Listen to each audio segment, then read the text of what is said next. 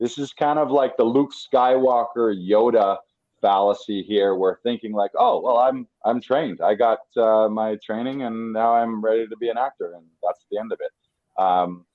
So the idea of, just like in life, your growth, your training, your learning, it never ends. One of the saddest things in the world is to see someone who finished high school or university, and then the person that they were at 20 years old is the person they are for their entire life, because they never read another book, they never took another course, they never enrolled in anything, they never did anything to grow and expand as a human being. And as an actor, especially, I'll say this to especially young people. I'm old, and I came from this in a like not a midlife crisis, but like a third life crisis. I didn't get into any of this stuff till I was 30, but I know that there are actors out there who straight out of, like, they did the high school musical thing, then they went to theater school or film school or musical theater school, and then they came out and they were like, okay, I'm armed and dangerous, I'm ready, I learned everything I need to know, now my job is to be an actor in the world. Well, that's great, but you're going to have to continue to learn, continue to grow. So whatever that means to you, is that probably taking an ongoing acting class or workshop always. That means voice and speech work. That means dialect work, accents, special skills, like the value of going out and learning how to ride horses, or learning swordsmanship, or how to handle firearms, or learning stunt stuff. All of that is going to be amazing for you, and it's going to allow you to grow. And again, we've talked about growth.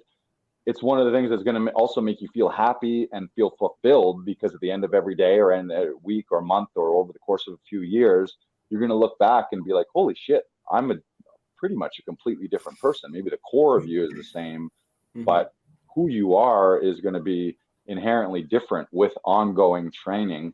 Or you become obsolete. Like most, I mean, acting is a little different, but most careers, if you took what you learned in university or college as that's your training and you're never going to learn anything, like, I think the half-life of a university degree is like 4 years or less, or 2 years, like, meaning if you do a 4-year degree in anything, 2 years later 50% of everything you learned is obsolete, especially with the advancement in technology. And that's very the spot where that applies in acting may be in the Zoom world and the self-tape world.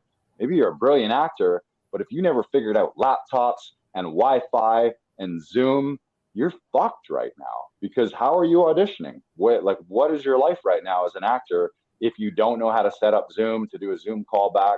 You don't know how to record and or edit, or at the very least, you don't have a place like wink, wink, Laughing Vikings to come and get some help with that. If you haven't grown, and I think of older people who have resisted. Like, just think about maybe your grandparents or an aunt or an uncle who they resisted the internet. Oh, the internet is just a fad. They didn't get an email address, and then their business, they didn't get a website, and they didn't get social media, and now it's like you don't even have that. But now we're in a crypto metaverse world, so it's like you're already 3 generations behind. So those people, especially older actors, like, I feel for them and I feel sad for them, because locked inside their body is this brilliant actor, brilliant performer who's super expressive, but they no longer live in a world where they can get any of that out, because they don't have a cell phone and a laptop. So it's like, okay, well, what are you doing? Like, how are you making your way in this world? So just the idea, always train, always grow, continue to learn. Like, give yourself every month, like every 30 days, what is my 30-day challenge? What am I learning today? Is it a new language? Is it a special skill? I mean, it honestly doesn't matter what it is. It's just got to be something that makes you feel better as a human being, and makes you learn and grow. What can you say on that, Brandon? Well, I left university thinking I was the top shit, and like I was the best, and no matter what, no one else could really teach me how to be a better actor than I already was. And that was a wrong way of thinking. It led me down a path of uh, self-doubt a lot of the time, because I was just so cocky. And then when I wouldn't get it, I was like, well, why didn't I get it? I'm the best. That doesn't make sense. That doesn't compute. And that's not the right way of thinking it. Like, we have to be continuously learning. We have to be continuously pushing ourselves, or else we just fall behind. And we don't want that as actors. We want to keep moving forward. We need to keep pushing for that, well, for that truth, really, for the truth of the scene, for the truth of who you are, because who you are is the foundation of every character that you are going to play. So the more experiences you have, the more learning that you experience, the more you know about different topics or random facts. Like the amount of times, Lars, you and I are sitting in the car and like I come up with like a weird zoology fact and you're like, where the fuck is this coming from? And it's just, I just know these random things, and sometimes they come in handy and sometimes they don't. But you know what? The more you keep learning these things, the higher your echelon is going to be, because you now know so many just random things that you can just pull out of your butt and it's there because it's just at your fingertips. That's what it is. Love it. I probably went on a little bit of a tangent, but you know, No, it's important. This is the tangent episode. Yeah, continue to train, continue to grow, and yeah, and I can speak to that too. I didn't come from an education background. I worked almost a 10-year career in financial services, completely unrelated to show business. Realized that I wasn't really living my dreams. I wasn't getting motivated to get up in the morning. I think at the time I was drinking and partying as a form of escape from my day-to-day corporate life that wasn't fulfilling. So then I would go act out and be the wild and crazy guy at a bar until I was blackout drunk, either till we got kicked out or till it was closing time or we ran out of money or we ran out of booze. And I really loved that. Like, ooh, look at me. I'm getting the spotlight. I'm getting the attention, cracking jokes. Mm-hmm. Guys are having fun with me.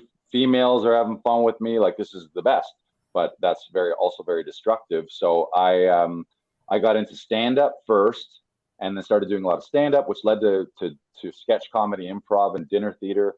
And then I moved to Toronto and got an agent and was starting to be sent out. But now when I think back, there's a lot of casting rooms that I had no business being in. There was probably a lot of opportunities and good ones that I blew because I didn't know basic things about camera technique or just about the audition process. And for a long time, I wore it, strangely enough, and this is your ego doing fucked up things to you. Your ego is very interesting because it sits on your shoulder and it whispers things into your ear that sound like good advice, mm-hmm. but it's bad advice. And for me, it was, I held it like a badge of honor, like, oh, look at me out here booking roles and getting on TV. I did 20 episodes in a sketch comedy series. I did 5 episodes on a children's show, dozens of commercials. And most of that, what I just listed, was before I ever took any acting classes. And I would wear that as a badge of honor, where I would be like, yeah, look at me. You know, I got charisma. I got not that I never did train, but I did piecemeal workshops. I did a day here, a day there. I did lots of reading, and I would read articles, and I would watch interviews with actors, and I would do as much as you could do on your own. But I never did any kind of like foundational training to actually realize what the fuck is the job of an actor? How do you become good at it? Like, what is the actual job? I was kind of more like, yeah, I got some X factor, some pizzazz to me, and yeah, I might have got work, but now I think a bit of it as like, what would I have gotten, or where would I have been if I had done as much training as I do now 10 years ago or 5 years ago? Maybe the first thing I should have done, and probably the first thing anyone should have done when people say, well, how do you become an actor? What I want to get, you hear that you see it on social media. I want to get into acting. What we suggest, take a fucking class with someone who's really good, that you like, get references. And maybe that means take multiple classes. Maybe you go for a few months here, you go for a few months there until you find a teacher that you really click with and a coach that you really click with. For me, the coach that I've really clicked with, and now that I'm in the conservatory, it's even deeper, is Tom Todoroff's conservatory. And anyone listening and watching, you can do a free workshop with them to get a sense for that through Tom Todoroff. I think if you go to Laughing Vikings, you'll find a link on there. And any of our members, a lot of them have done that as well. Mm-hmm. And what it provides you with is a basic foundational training. And one of the biggest things in Todoroff's conservatory is it gives us a framework and a language that you and I, Brandon, we can talk about a scene, and we have a language and a framework that I can say something about a scene and you get it without me having to like say it in a mystical, like weird way and just hope that you kind of get it. Like without me having to use like a metaphor or an allegory or tell some weird, oh, you know, when you're doing this, it's just like I say to you, make this a discovery. Or I say here, well, that's a great spot for some game playing or role playing when you're use that guy's voice when you're talking about how he said something. Little things like that. You end the scene being destroyed emotionally. So come in with high expectations and like a positive attitude. Right. So in our language, that's architecture. The scene needs some architecture. It can't start and finish in the same place, or it can't be one noted. Don't. I started that rant with, don't wear your lack of training as a badge of honor. And that is your ego saying that. It's like, look at me. I'm fucking successful without doing any work and without learning anything from anybody. Screw Juilliard. What do they know? Screw Stella Adler. Screw Stanislavski. Like, it's like, no, there's you stand on the shoulders of those giants by looking back at history and by learning. And I think that's one of the major things that makes us incredible as human beings, is we have the ability to go look at the lives and all of the knowledge and training. Now we have literally all of the world's information and knowledge at our fingertips.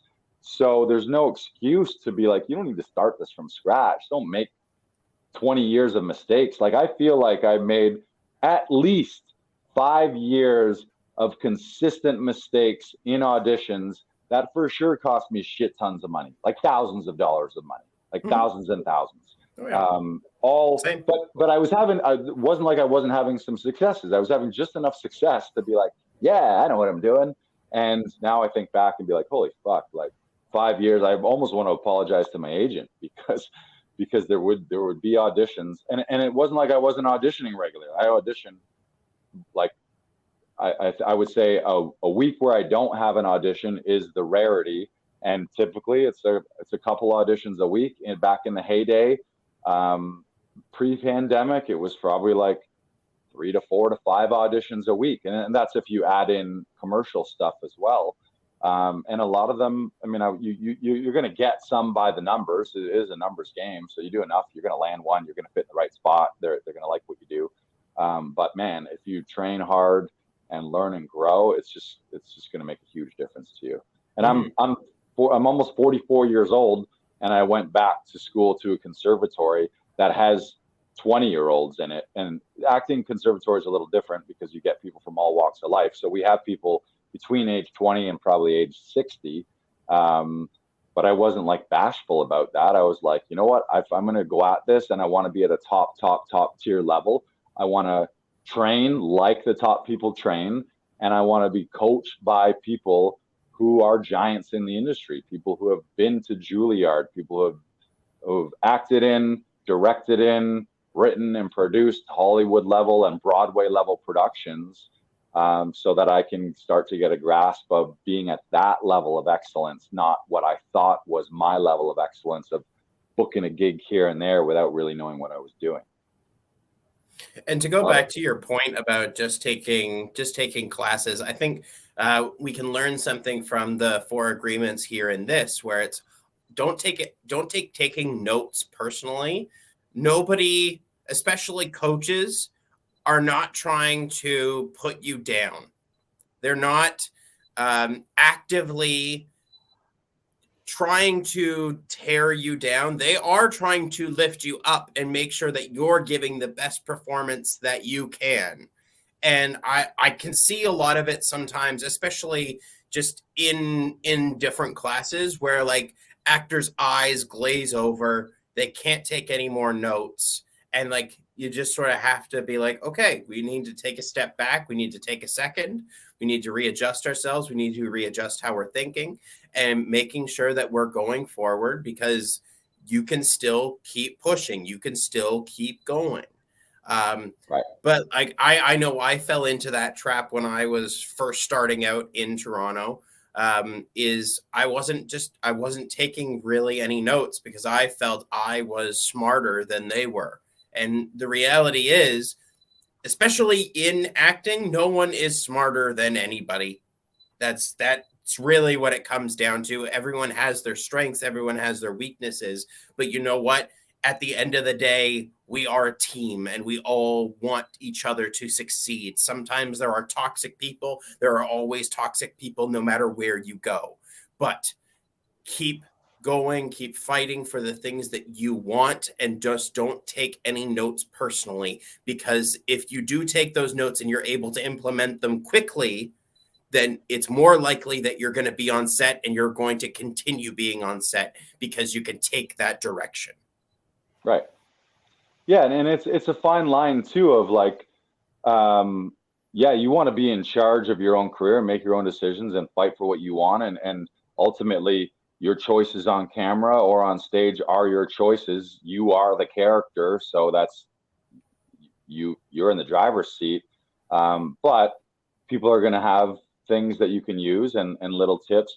And also, too, the other thing is you don't need to take everything from every person either. You don't need to be like, oh, in order for me to be coached by this person, I need to agree with everything that they say exactly. It's like you go to a master class or you go to a whole semester of a class or however long, and you can take bits and pieces. You might learn one thing from one person that books you a job, and you're like, oh, I'm glad I spent $300 for that workshop because one thing resonated. I went and implemented it, booked a gig that made me 10 grand. That's a pretty great return on your investment. So yeah, I mean, you are in charge. It's don't have so much ego. I guess part of it is maintain an open mind and a student mentality. One of my business coaches, James Wedmore, he talks about anytime he's doing a master class or teaching, he's dealing with people who have been in business and had businesses for a long time. So they have all these preconceived notions and they have their ideas and their stories. So he says to them, please enter this with a blank slate, with an open mind. Everything I'm giving you today is things that I know work, that I have done that do work. And he uses the term, if you approach new training without that open student mind, it's the idea of putting whipped cream on top of garbage. Because if you come in with all these preconceived, fucked up notions and fucked up ideas and just myths, for lack of a better term, on how you think it's supposed to be, you can get golden. You can get the most brilliant pearls of wisdom you could ever get from someone. But if you're still holding on to your stuff and you're not open to think, oh, you know what, maybe I can look at this a little different way, then it's just whipped cream on hot garbage. And then you're like, this garbage sundae is great. And then you're like, well, I went and did that workshop and nothing changed. Well, it's like, no, you didn't actually infuse any of that training into you and actually change how you're being after the training. So then don't blame the trainer because you just rejected everything and just kept on doing it your way. Like you actually have to, it's the idea of knowledge isn't power, really. Knowledge that then you execute and implement, that's power. It's like you can read every book on something, but then if you don't actually go out into the world and change how you behave and act differently, or in the context of an actor, if on camera or on stage you're not implementing those changes, then all the book knowledge in the world is not really going to change anything for you.